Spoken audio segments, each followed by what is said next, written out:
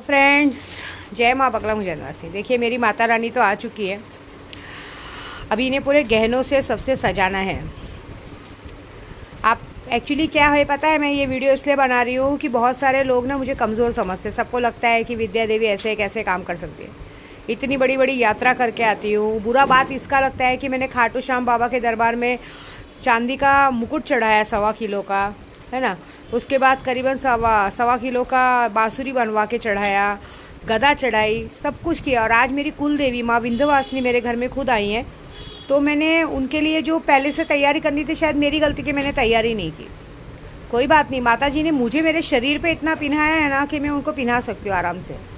और दूसरी बात, कुछ लोगों की नज़र भी लग जाती है ना, सबको हाई मारी रहता है। कितने लोग तो जब मैं कुछ, जैसे अगर मैंने कुछ कड़ा बनाया तो सबको भी कड़े बनाने करने। आज मैंने कुछ अपनों को कहा था, ऐसा नहीं है। देखिए सबको, कितने लोगों ने मुझे मैसेज किया, अरे माँ ऐसा थोड़ी, आप ऐसे कैसे सोच रही हैं कि जब हमको पैसों का फ़ायदा होता है तभी हम आपको देते हैं, ये करते हैं और ऐसे करते हैं। एक तो हमारी मीनाक्षी जी है, वो तो हमेशा, जब भी उन्होंने मुझे, झूठ नहीं बोलूँगी, जब भी उन्होंने मुझे अगर 2 पैसा भी दिया रहेगा तो बार बार अपनी टेंशन ही बताई। मैं क्या बोलती हूँ, जब आपको इतनी टेंशन है, आपके घर में आपको अपने बच्चों का, पति का डर है, तो आप लोग पैसे ही क्यों डालते हो। मैंने तो पहले ही कहा है, अगर बाई चांस कभी कुछ काम नहीं हुआ तो मैं आपको आपके पैसे बाकायदा मेरे पास सेफ रिटर्न मिल जाएंगे। और अब मैं सच बोलूँ ना, तो मैं ऐसे कुछ 2-3 लोगों का नाम मैंने कट कर दिया है। देखिए जब आप लोग मेरे टाइम पे मेरी माता रानी के लिए ना बोल रहे हैं, तो फिर मैं आप लोगों के लिए क्यों अवेलेबल रहूँ। हाँ, मैं ऐसा बहुत बड़ा टाइम नहीं लूँगी। अब मैं सामने से कह रही हूँ, अगर सही में मुझे माँ मानते हैं दिल से ना, तो मुझे बिल्कुल भी मुझे 30 तारीख तक परेशान मत कीजिएगा।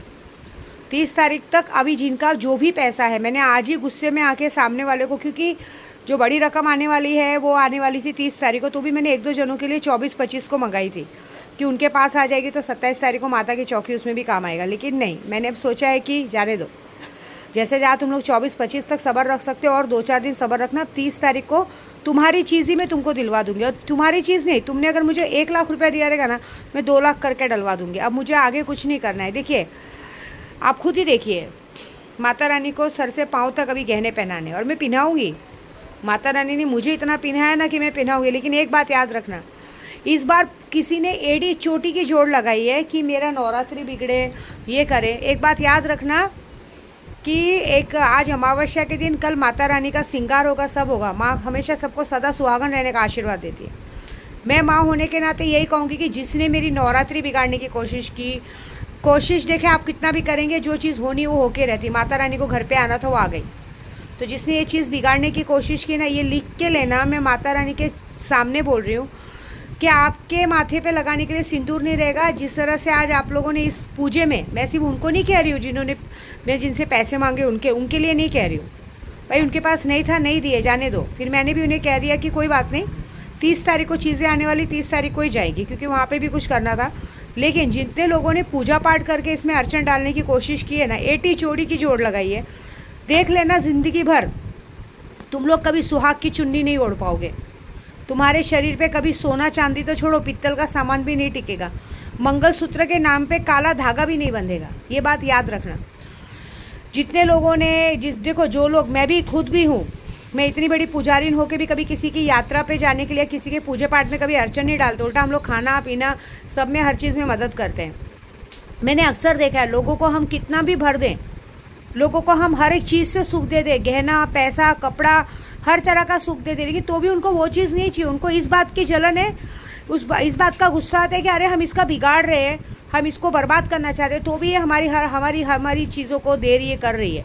कहाँ से आ रहा है, इस पर कैसे आ रहा है, कोई नहीं, ये जवाब देंगी। ये बैठी है ना घूंघट ओढ़ के, कल इनका घूंघट उठेगा और फिर ये जवाब देंगे आप सबको। और ऐसा वैसा जवाब नहीं देंगी, एक ऐसा जवाब देंगी ना कि देख लेना ज़िंदगी में इनको तो मैं भर दूंगी, क्योंकि माता रानी ने मुझे इतना तो दिया है कि कोई टेंशन नहीं। लेकिन आने वाले समय पे आप लोगों के पास कुछ नहीं रहेगा, ये बात याद रखना, ठीक है।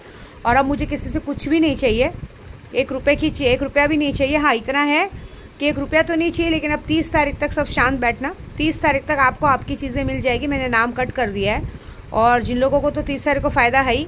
अब मैं अपने ग्रुप वालों को यही कहूँगी, यार नींबू का हार तो चढ़ा है, आप कल से कमर कस बन लो, क्योंकि आप नवरात्रि बिगाड़ने की कोशिश की तो पक्का दिवाली की तैयारी पूरी की होगी।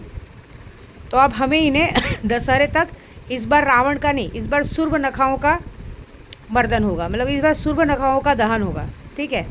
तो तैयारी कर लो जो लोग मुझे मानते हैं। जय माता दी।